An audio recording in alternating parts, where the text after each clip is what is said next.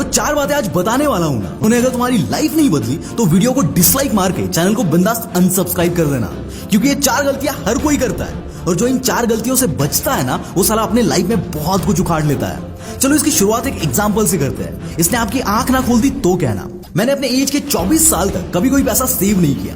मैं इन्वेस्टमेंट वगैरह करता था और एक रिजर्व फंड भी हमेशा रखता था, जो कि मैं सिर्फ और सिर्फ इमरजेंसी पर यूज करता हूँ। पर ये सब मिला के मेरे पूरे इनकम का सिर्फ 20% था।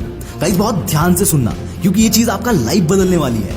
इसको और सिंप्लीफाइड वे में बताता हूँ। तो कॉलेज टाइम से ही मैं कुछ ना कुछ अमाउंट हर महीने कमाता था, तो उसमें से 10% पैसा मैं हमेशा इमरजेंसी फंड्स में डालता था और 10% पैसा स्टॉक मार्केट में वगैरह इन्वेस्ट करता था, और बाकी का 80% पैसा मैं घूमने में, नई नई चीजें एक्सप्लोर करने में, नए नए स्किल्स सीखने के लिए, कुछ क्लासेस, कुछ लेक्चर्स अटेंड करने के लिए यूज करता था। और इवन जॉब में भी मैं यही चीजें फॉलो करता था। और ऑब्वियसली जॉब में पैसा ज्यादा मिलता था, तो मैं ज्यादा चीजें एक्सप्लोर कर पाता था, ज्यादा चीजें सीख पाता था। इसका एकदम उल्टा मेरे दोस्त करते थे। वो मैक्सिमम पैसा अपने बैंक अकाउंट में सेव करके रखते थे और थोड़ा बहुत स्टॉक मार्केट में वगैरह इन्वेस्ट करते थे, पर उन्होंने कभी भी कुछ नया सीखने के लिए, कुछ नया एक्सप्लोर करने के लिए कोई पैसा खर्चा नहीं किया। ऑब्वियसली 24 साल की एज तक उनके पास अच्छा खासा पैसा उनके बैंक अकाउंट में पड़ा हुआ था और कुछ पैसा इन्वेस्ट किया हुआ था। और 24 साल की एज में मेरे पास थोड़ा बहुत इन्वेस्ट किया हुआ पैसा था, थोड़ा इमरजेंसी फंड और बहुत सारे स्किल्स और बहुत सारा एक्सपीरियंस था, क्योंकि मैंने 24 साल की एज तक इतनी सारी चीजें एक्सप्लोर की थी जिसमें मेरा बहुत सारा पैसा गया था।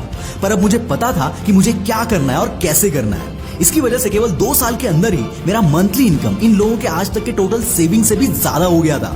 और दोस्तों आज भी मैं ये चीजें फॉलो करता हूँ। हाँ, अभी इन्वेस्टमेंट पर थोड़ा ज्यादा फोकस करता हूँ, पर फिर भी एक काफी अच्छा अमाउंट मेरे पास हर महीने कुछ नया सीखने के लिए, कुछ नया एक्सप्लोर करने के लिए बच ही जाता है।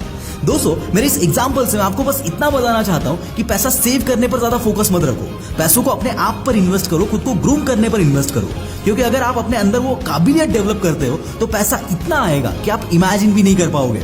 याद रखना, बैंक अकाउंट में पैसा सेव करके आज तक कोई भी करोड़पति या अरबपति नहीं बना है। So our first point is at early 20s don't save money, just invest it in yourself. Number 2, दोस्तों क्या आपके बीच में भी कोई ऐसा नमूना था जो इंटरनल्स में थोड़े ज्यादा मार्क्स मिले इसके लिए टीचर्स के आगे पीछे करता था?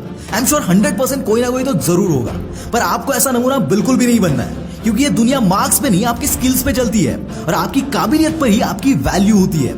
इसलिए मार्क्स गए भाड़ में, खुद को इतना काबिल बनाओ कि साला किसी को तुम्हारे मार्क्स पूछने की जरूरत भी ना पड़े। Number 3, don't settle for less. दोस्तों अगर हम सपने ही बड़े नहीं देखेंगे तो साला कुछ बड़ा क्या ही उखाड़ लेंगे। स्कूल लाइफ, कॉलेज लाइफ में मैंने देखा है कि लोग खुद को बहुत ज्यादा अंडर एस्टिमेट करते हैं कि यार इतनी बड़ी चीज तो मेरे से नहीं होगी, और वो सही भी होते हैं क्योंकि उसको नहीं कर पाते, क्योंकि उनको लगता है कि मैं दूसरों से हटके कुछ नहीं कर पाऊंगा।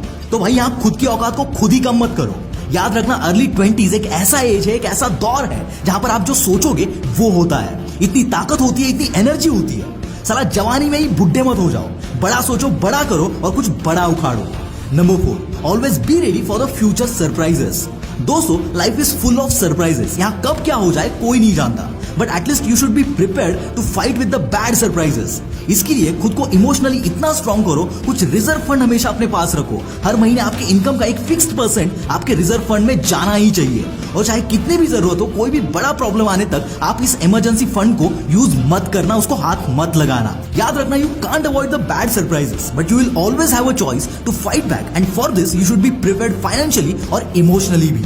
और दोस्तों इन सब के साथ आपको हर महीने एक % ऑफ अमाउंट स्टॉक मार्केट में इन्वेस्ट करनी ही है। चाहे फिर आप 1000 रुपए कमाते हो तो उसमें से 100 रुपए इन्वेस्ट करो, पर इन्वेस्ट करो ताकि आप कम एज में ही मार्केट को समझ पाओ, मार्केट के उतार चढ़ाव को समझ पाओ। और जितना जल्दी आप इन्वेस्टमेंट स्टार्ट करोगे उतना जल्दी आपको स्टॉक मार्केट क्या है ये समझ में आता जाएगा।